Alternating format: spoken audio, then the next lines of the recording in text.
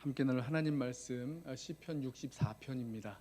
시편 64편 1절부터 10절까지 말씀 우리 찾으셔서 한 절씩 교독하고 마지막 절은 함께 읽겠습니다. 시편 64편 1절부터 10절까지 말씀 우리 한 절씩 교독하겠습니다.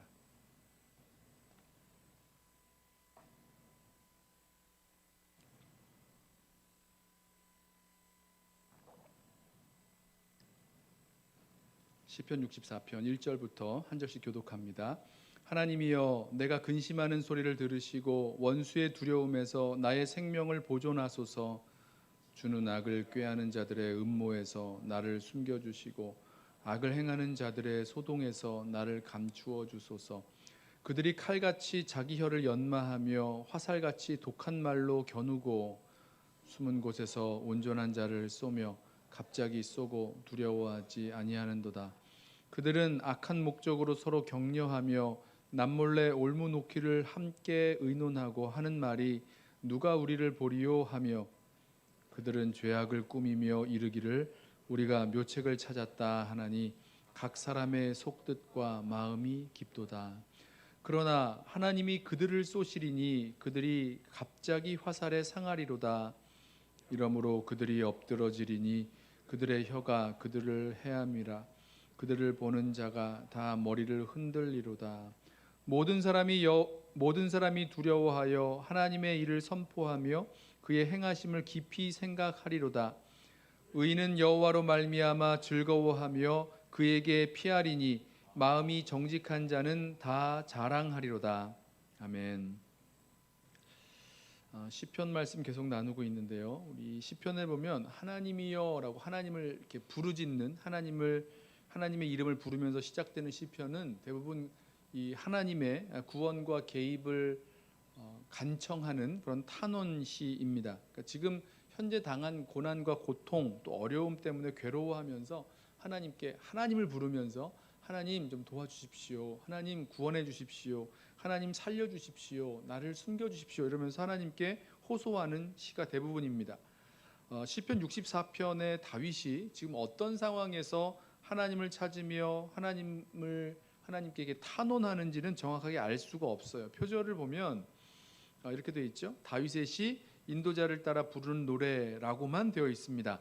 이 다윗이 두려워하는 이유, 그러나 이 시편을 보면 구체적이진 않지만 어떤 두려움과 근심하는 이유들을 좀 찾아볼 수가 있는데 1절을 보면 여기서 이 생명의 위협을 당하고 있다는 것을 알 수가 있습니다. 1절 하나님이여, 내가 근심하는 소리를 들으시고 원수의 두려움에서 나의 생명을 보전하소서. 그러니까 원수들이 다윗의 생명을 위협하고 있는 거예요. 원수들이 다윗을 죽이겠다고 하는데 다윗은 아무리 생각해도 살 수 있는 길이 안 보이는 겁니다. 이러다 죽겠다, 이러다 죽을 것 같다, 이런 마음이 드니까 아무도 자신을 도와줄 사람도 없고 숨겨줄 사람도 없고 이렇게 살아날 수 있는 힘이 없으니까 마음이 두려워지는 거죠. 입에서는 근심하는 소리가 막 터져 나오는 거고 어떻게 할 방도가 없는 거예요. 그래서 다윗이 하나님께 하나님, 나의 생명을 좀 보존해 주십시오라고 간구하고 있는 겁니다. 자, 이어지는 구체적인 탄원을 보시죠. 2절 주는 악을 꾀하는 자들의 음모에서 나를 숨겨주시고 악을 행하는 자들의 소동에서 나를 감추어 주소서. 여기 보면 음모가 있었어요. 이제 음모라 그러면 이제 몰래 다윗을 해하려고, 다윗을 죽이려고 꾸미는 그런 계획이 음모죠. 다윗이 자신이 알지 못하는 어떤 이제 음모, 자신을 죽이려는 그런 그 음모가 있는데 이거에서 나를 좀 숨겨달라고 하나님께 구하는 겁니다. 또 이제 소동이 있다 그래요. 소동이라고 그러면 다윗이 아는 거죠. 눈으로 보이고 귀에 들리는 요란한 일들이 있는데 다윗이 이 악한 자들이 벌인 그 소동에서 자신을 감추어 달라고 구하는 겁니다. 자, 그럼 이제 다윗이 당한 그런 상황 몇 가지가 그런 그 상황들이 좀 이해가 되시죠? 느껴지십니까? 다윗은요, 이제 정확하게 알지는 못하지만 자신을 죽이려는 음모 술수가 있다는 것을 생각하니까 너무너무 두려운 거예요. 이러다 진짜 죽을 수 있겠구나. 그리고 실제로 다윗을 해하려고 일어났던 여러 가지 일들, 그런 소동 가운데서 아슬아슬하게 피하고 살아남았던 걸 생각해 보니까 야, 이거 죽다 살아났는데 덜덜덜덜 떨리고 두려운 겁니다. 이러다가 정말 죽을 수 있겠구나. 이런 두려움과 근심 가운데 있는 거죠. 그래서 이 하나님께 이 나도 모르지만, 정확하게 모르지만 이 음모에서 나를 숨겨달라고, 이 소동에서 나를 좀 감추어 달라고 하나님께 간구하며 부르짖고 나가는 겁니다. 자, 여기서 우리 한번 이 다윗의 모습을, 시편 64편의 이 다윗의 모습을 우리 한번 좀 배워보시죠. 이처럼 악한 음모와 또 생명의 위협을 받는 그런 상황에서 여러분 어떻게 하십니까? 너무너무 힘들다고, 힘든 거 맞죠? 힘들고 어려운데 너무너무 힘들다고 그냥 엉엉 울며 주저앉으실 수도 있고요. 아니면 내가 아직 힘이 좀 남아 있기 때문에 미력이지만 끝까지 싸워보겠다고 달려들 수도 있고요. 아니면 힘쓸 만한 사람들을 찾아가서 도움을 구할 수도 있고요. 아니면 날 이렇게 억울하게 모함하고 음모를 꾸미고 힘들게 만든 사람들을 원망하면서 두고 봐라, 이렇게 미워하고 원망할 수도 있고, 어떻게 여러 가지 반응들이 나올 수 있겠죠. 그런데 여기서요, 우리가 다윗에게 배울 점은요, 다윗이 하나님 앞으로 나아가서 하나님께 부르짖고 하나님께 탄원했다는 사실입니다. 하나님이 나의 부르짖음을 들으시고 아시고 여기에 응답하신다는, 풀어주신다는 믿음이 있기 때문에 이렇게 할 수 있는 거거든요. 오늘 이 시편 64편의 맨 마지막 절을 보면 이렇게 말씀하죠. 의인은 여호와로 말미암아 즐거워하며 그에게 피하리니. 하나님께 피한다는 겁니다. 하나님이 어떠한 분이신 줄 알고, 하나님이 어떻게 역사하실 것을 알고 그 하나님께 피하며 하나님께 부르짖으며 나아간다는 거죠. 이게 저와 여러분들이 먼저 오늘 이 64편에서, 시편 64편에서 함께 배우고 싶은 그런 부분입니다.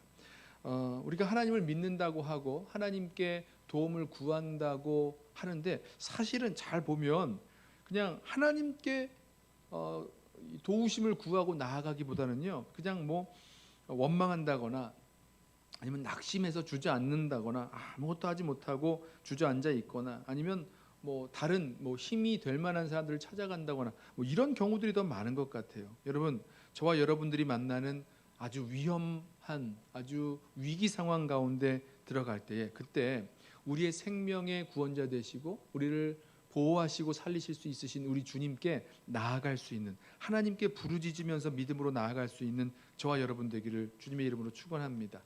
자, 이어지는 말씀을 보면 다윗이 왜 이렇게 두렵고 슬퍼했는지, 원수들이 대체 뭘 했는지에 대한 몇 가지 이야기들이 더 찾을 수 있어요. 3절과 4절 말씀 보실까요? 그들이 칼같이 자기 혀를 연마하며 화살같이 독한 말로 겨누고 숨은 곳에서 온전한 자를 쏘며 갑자기 쏘고 두려워하지 아니하는도다. 자, 다윗을 두렵게 만들고 근심하게 만들었던 것이 무엇입니까? 원수들의 말이었어요. 말. 다윗은 원수들이 하는 그 말을요, 칼과 화살에 비유합니다. 그들이 뱉어낸 말들이 얼마나 날카로운지, 그들이 칼같이 자기 혀를 연마한다 말합니다.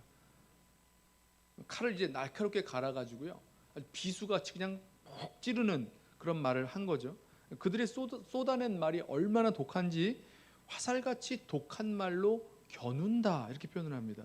게다가 이 칼같이 날카롭고 또 이 독 묻은 화살처럼 이 독한 말이 언제 어디서 날아올지를 모르는 거예요. 숨은 곳에서 화살을 겨누고 있다가 갑자기 쏘아대는 그 화살에 맞으면요, 피하지도 못할 뿐더러 맞으면 정말 정신이 없이 쓰리고 아픈지, 얼마나 아프고 쓰린지 모릅니다. 정신 차리지 못하는 거죠. 여러분, 누군가 쏟아내는 그런 칼 같은 말, 여러분 그런 칼 같은 말에 맞아보신 적 있으세요? 갑자기 날아온 독한 화살 같은 그런 말이 마음에 꽂혀서 뽑아지지가 않아요. 그걸 좀 이렇게 털어내야 되는데 그 말이요, 마치 화살같이 우리 마음에 꽂혀서 마음에 떠나지 않고 정말 끙끙 앓면서, 그 말 한마디 때문에 끙끙 앓면서 신음한 적 있으십니까? 너무너무 나를 아프게 하는 말, 너무너무 혹독한 그런 말, 억울하게 만드는 그런 말들, 그런 것 때문에 울기도 하고 밤잠 못 자면서 고민하기도 하고, 그와 비슷한 상황이 다윗의 상황이라는 거죠. 자, 비수같이 꽂는 말에 찔리고 어디선가 날아온 말에 꽂혀서 힘을 잃어버리고.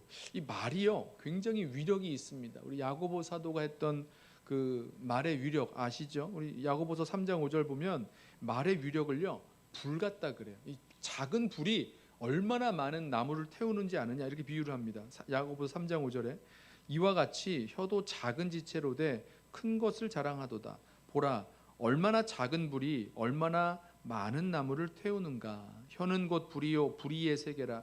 혀는 우리 지체 중에서 온몸을 더럽히고 삶의 수레바퀴를 불사르나니 그 사르는 것이 지옥불에서 나느니라. 무섭죠? 말이라는 게 우리 말하는 거 쉽잖아요. 그렇죠? 말하는 게 쉽고 뭐 어렵지 않습니다. 무슨 말이든지 다 할 수 있어요. 근데 이 말이요 작아 보여도 위력이 얼마나 대단한지 사람을 살리게도 하고 또 죽게도 만들고 사람을 태워버릴 수도 있고 찌르기도 하고 뭐 이렇게 표현이 된다는 겁니다. 말이 굉장히 위력이 있어요. 작은 말 한마디인데 그 말 한마디가 마치 날카로운 비수처럼 우리를 아프게 베기도 하고 독 묻은 화살처럼 우리를 훅 찔러서 정말 꽂힌 거죠. 뭐 어떻게 뭐 빼지도 못하고 뭐 이렇게 고민하게 만들고요. 오늘 이 야고보서 지금 읽었던 3장 5절 말씀처럼 정말 이 불같이 강력한 그런 힘으로 사람을 태워버릴 만큼 그런 강력한 능력을 가지고 있는 것이 말입니다. 근데 그 말에 걸린 거죠. 그 말에 이 다윗이 정말 죽을 것 같은 그 상황 속에 들어가게 된 겁니다. 물론 이 생명의 위협 또한 받고 있는 거예요. 근데 생명의 위협을 받게 하는 그것이 무엇을 통해서 다윗에게 전달되어지고 날아오는 겁니까? 말이에요. 말. 어디선가 들려온 말. 누가 뭐라고 했다더라. 뭐 이러면서 들려왔던 말, 정보들, 뭐 그 말들 그런 것이 이제 다윗을 너무너무 힘들고 아프게 만들었던 거죠.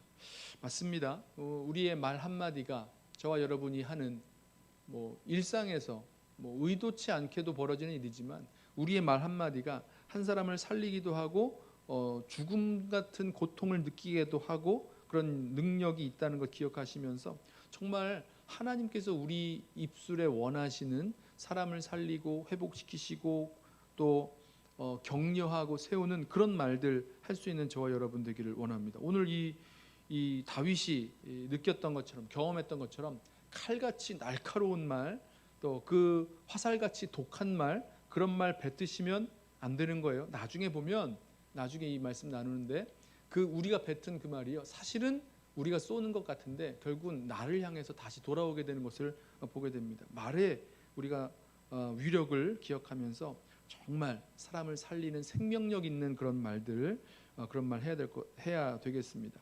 한 가지 놀라운 것은 이 오늘 시편 64편에서 말씀하고 있는 이 날카로운 말, 화살같이 독한 말이요 의도적으로 한 거라는 거예요. 의도적으로, 계획적으로 한 말입니다. 5절 보십시오. 그들은 악한 목적으로 서로 격려하며 남몰래 올무놓기를 함께 의논하고 하는 말이 누가 우리를 보리요 하며. 자, 다윗을 향해서 이 날카로운 말을 던지고 또 음모를 꾸미고 했던 사람들이 있었는데 이 사람들이 한둘이 아니었던 것 같습니다. 여럿이었던 것 같아요. 이들이 함께 모여가지고 한다는 말이 악한 목적으로 서로를 격려한답니다. 우리 다윗을 아프게 하고 치명상을 입혀서 쓰러뜨리려면 우리 한번 힘을 합쳐봅시다. 잘해봅시다. 함께 힘을 냅시다. 다윗 이놈 잘 안 쓰러지기로 유명한데 우리 용기 냅시다. 이러면서 서로를 격려까지 한답니다. 대단한 사람들이죠. 아무도 모르게 음모를 꾸미고 올무를 놓습니다. 그러니까 이 함정에 걸리면, 이 음모에 걸리면 죽는 거예요. 죽으라고 함정을 파고 죽으라고 올무를 놓는 겁니다. 너무너무 악한 거죠. 이 악한 일을 하면서 좀 잘해보자고 함께 의논하면서 하는 말이요 뭡니까? 누가 우리를 보리요? 라고 한다는 겁니다. 야, 이렇게 악한 일을 꾸미면서 겁없이 담대하게 서로를 격려까지 하면서 이런 악한 일을 꾸밀 수 있는 이유가 있었죠. 뭡니까? 누가 우리를 보리요? 이것 때문이에요. 아무도 우리의 악행을, 아무도 우리의 이 음모를, 이런 계획을 보는 사람이 없다고 믿고 있기 때문이라는 겁니다. 여러분, 정말 아무도 보는 사람이 없을까요? 아무도 모릅니까? 아니잖아요. 악한 일을 서슴없이 아무런 가책도 없이 저지르면서 거리낌 없이 저지르면서 담대하게 서로를 격려까지 하면서 그런 일들을 할 수 있었던 이유는요, 하나님이 보지 않으신다, 하나님이 모르신다라고 믿기 때문에 할 수 있는 거죠. 사실 이들은요, 하나님이 없다고 믿는 것이나 똑같습니다. 시편 말씀을 보면 여러 곳에서 동일하게 이 악인은요, 하나님이 보지도 못하시고 하나님이 듣지도 못하시고 하나님이 없다라고 이야기하게 나와요. 시편 11절에 그가 그의 마음에 이르기를 하나님이 잊으셨고 그의 얼굴을 가리셨으니 영원히 보지 아니하시리라 하나이다. 안 보신다는 거예요. 또 시편 59편 7절에 그들의 입으로는 악을 토하며 그들의 입술에는 칼이 있어. 똑같죠? 악을 토하고 입술에 칼이 있어요. 이르기를 누가 들으리요 하나이다. 하나님이 다 보시는데, 하나님이 다 들으시는데 누가 보리요? 누가 들으리요? 그러니까 하나님을 인정하지 않는 거죠. 이사야서 29장 15절은 이렇게 말씀해요. 자기의 계획을 여호와께 깊이 숨기려 하는 자들은 화 있을진저 그들의 일을 어두운 데에서 행하며 이르기를 누가 우리를 보랴 누가 우리를 알랴 하니. 누가 우리를 보겠느냐, 누가 우리를 알겠느냐 한다는 겁니다. 여러분, 이 사람들이 무서운 거예요. 하나님이 없다 생각하고 기고만장하게 사는 사람들, 누가 우리를 보리요, 누가 우리를 알리요, 누가 우리를 들으리요 하면서 그 서슴없이 악한 일을 꾸미면서 서로를 격려까지 하는 그 사람들, 굉장히 무서운 사람, 악한 사람 되는 겁니다. 누가요? 하나님 없다고 생각하는 사람들, 하나님이 안 보신다고 생각하는 사람들. 저와 여러분도 마찬가지예요. 우리 삶에 있어서 하나님이 보신다, 하나님이 들으신다, 하나님이 다 알고 계신다, 이 생각을 잊어먹고 살아가기 시작하면요, 정말 무서운 일도 해낼 수 있는 것이 저와 여러분들의 모습이 될 겁니다. 근데 반대로 하나님 살아계시고 하나님이 계시고 하나님이 모든 것을 알고 계시고 이것을 인정하면서 하나님을 경외하며 사는 사람은 정말 복된 인생을 살아가게 되는 거죠. 매사에 하나님 보시기에 뭐라고 말씀하실까, 하나님 보시기에 어떠할지를 생각하고 하나님의 뜻을 구하고 나의 유익을 구하기보다 하나님의 나라와 하나님의 의를 먼저 구하는 그 삶을 살아가는 이 사람이 정말로 복된 사람인 거죠. 자, 6절 보실까요? 그들은 죄악을 꾸미며 이르기를 우리가 묘책을 찾았다 하나니 각 사람의 속뜻과 마음이 깊도다.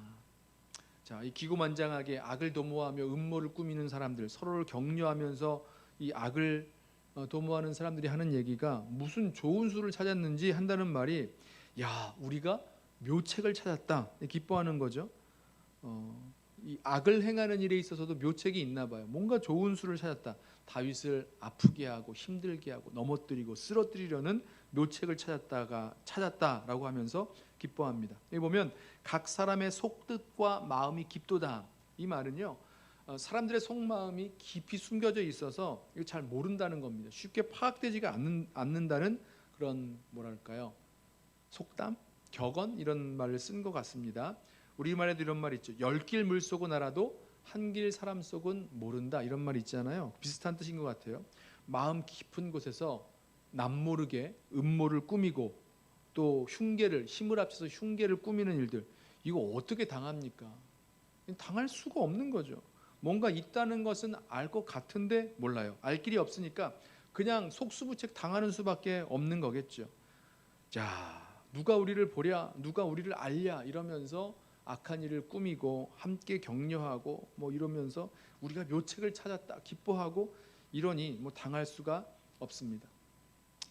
이런 상황을 생각하면요, 너무너무 분하고 억울하고 이거 아무런 대책 없이 당할 생각을 하니까 막 화가 나고, 이 도대체 나한테 왜 이러는 거야, 막 이렇게 이런 마음이 들 거예요. 그런데 이어지는 말씀을 보면요, 반전이 하나 일어납니다. 너무너무 멋있어요. 7절 한번 보실까요? 그러나 하나님이 그들을 쏘시리니 그들이 갑자기 화살에 상하리로다. 그림이 그러십니까? 반전이죠. 하나님이 우리를 보지 못하신다, 하나님이 우리를 듣지 못하신다, 하나님이 알지도 못하신다 그러면서 서로 격려하고 악을 꾀하고 도모하고 음모를 꾸미고 날카롭게 칼을 갈고 뭐 화살에 독을 묻혀서 이 계책을 세우고 뭐 이러고 있었는데 어디선가 갑자기 슉 하고 화살이 날아 들어오는 겁니다.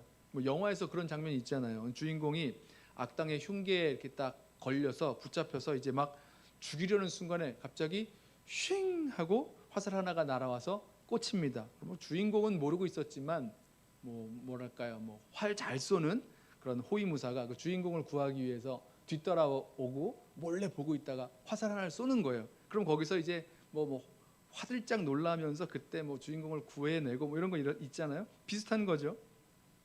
다윗의 원수들이 야 누가 우리를 보겠느냐 하면서 막 이 음모를 꾸미고 칼을 갈고 독을 묻혀놓고 겨누고 있다가 화살을 막 쏘고 이러는데 그때 생각하기를 설마 하나님께서 누군가가 나를 향해서 이렇게 날아오는 쏘는 그런 화살이 있으리라고는 전혀 예상 못하는 거죠. 다윗의 원수들이요 갑자기 화살을 쏜다. 말씀 보면 그렇게 나오죠. 몇 절입니까? 4절에 숨은 곳에서 온전한 자를 쏘며 갑자기 쏘고 두려워하지 아니하는도다. 넌 죽었어 이제. 그러면서 갑자기 화살을 팍 쏘는데 어디선가 갑자기 날아온 화살에 맞는 겁니다.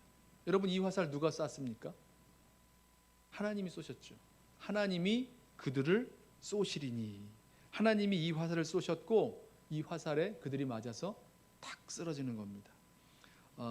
이 시편 64편의 배경을 그 다윗이 압살롬을 아들 압살롬의 반란을 피해서 이 도망가고 또 그 왕권을 빼앗기는 그런 때에 지은 시다 이렇게 해석하는 학자들이 있는데요.